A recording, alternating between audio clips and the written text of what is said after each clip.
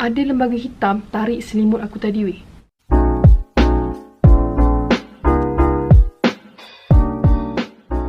Hey guys, so welcome back to my channel. For those yang really looking forward untuk dengar cerita hantu, you guys can stay here. Don't go anywhere. Tu nak ke mana tu? Tekan skip button. Okay, Kak Min nak tanya korang, pernah tak korang ada pengalaman korang nak pergi bercuti, tapi tempat yang korang nak pergi bercuti tu korang tak tahu pun, and korang tak ada idea pun dia tempat tu sebenarnya keras? Let me know in the comment below. Okay, jangan lupa korang komen kat bawah and ceritakan pengalaman korang juga. So, hari ni Kak Min ada satu kisah seram, which is sambungan untuk siri dari segmen Kak Min, iaitu kisah seram. And before kita start, marilah baca doa dulu, okay?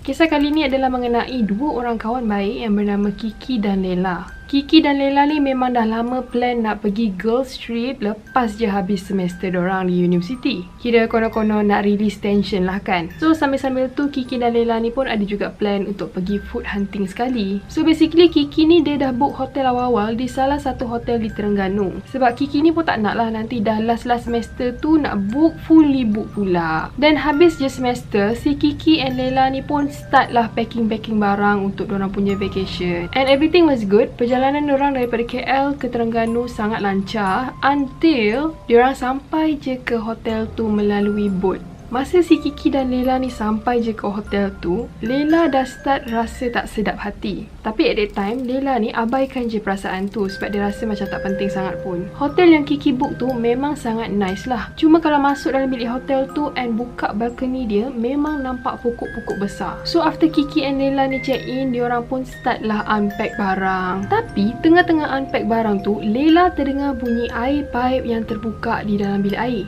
Secara tiba-tiba Padahal masa diorang baru je check in dalam bilik tu, tak ada pula bunyi apa-apa dalam bilik air. So Lela ni pun tanyalah Kiki, "Ki, kau dengar tak apa yang aku dengar?" And Kiki ni pun jawab lah, "Jap, ada orang ke dalam bilik air weh?" Jadi untuk menghilangkan rasa tertanya-tanya tu, Lela dan Kiki berdua ni diorang pergi check bilik air untuk tengok.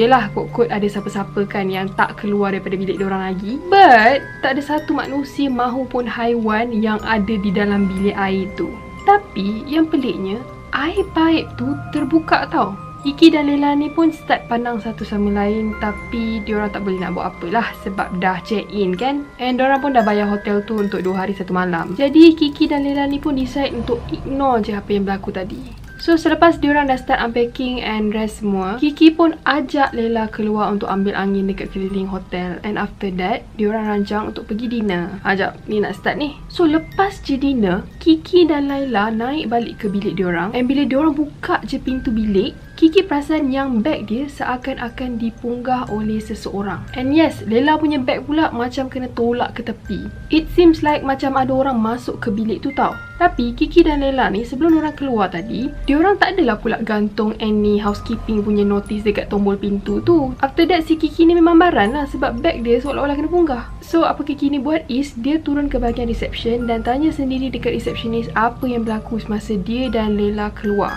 Which is, ada ke siapa-siapa yang masuk bilik dia masa diorang keluar. Tapi selepas check dengan receptionist dan juga admin di hotel itu, diorang bagi tahu yang housekeeper on duty tu tak masuk pun bilik diorang.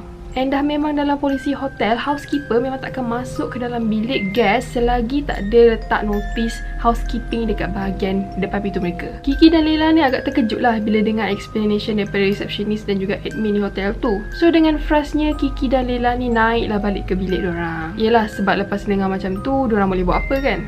The things start to get weird at night. Malam tu disebabkan kepenatan, si Kiki dan Lela ni pun tidur awal around pukul 10 malam. Tapi tepat pada pukul 2.30 pagi, Kiki mula tersentak dari tidur dan dia mula terjaga. Kiki mula mencari handphonenya di bucu katil, and pada waktu tu Kiki perasan yang langsir di pintu balkoni seakan-akan bergerak. Kiki kemudian capai handphone dia dan cek pukul berapa pada waktu itu. Tapi Kiki mula perasan ada sesuatu yang bergerak di hujung kakinya, which is dekat bucu katil lah. Kiki kemudian terpandang satu jenis lembaga yang betul-betul berada di hujung kakinya. Lembaga tu kemudian sempat menarik selimut Kiki, dan pada waktu tu Kiki mula menjerit ketakutan. Kiki kemudian mula mengejutkan Lela dan Lela mula terjaga. Tapi dia perasan yang Kiki ni menggigil-gigil ketakutan. Jadi Lela ni pun tanyalah pada Kiki, "Kau okey tak Ki? Kenapa menggigil ni? Kau sejuk ke apa?" And Kiki ni kemudian menjawab, "Ada lembaga hitam tarik selimut aku tadi weh. Aku tak kira aku nak tidur sebelah kau malam ni. Aku takut." And si Kiki ni pun bangun dari katil dan buka semua lampu yang ada dalam bilik mereka, just untuk redakan rasa takut dia pada malam tu. Tak lama selepas tu, Kiki dan Lela ni pun sambung tidur balik. Sekitar pukul 3:30 pagi, Lela yang pada waktu tu tengah nyenyak tidur, tiba-tiba terjaga selepas terdengar bunyi ngauman harimau di bilik air. Pada masa tu Lela ni dia bangun dengan dalam keadaan yang mamai lah, and dia confused dengan apa yang dia baru dengar tadi. Lela pun pandanglah ke sebelah kanan katil dia, tapi dia nampak elok je Kiki ni tidur nyenyak. Dan bunyi apa tadi tu? Like logically takkanlah ada harimau dalam bilik air pula kan?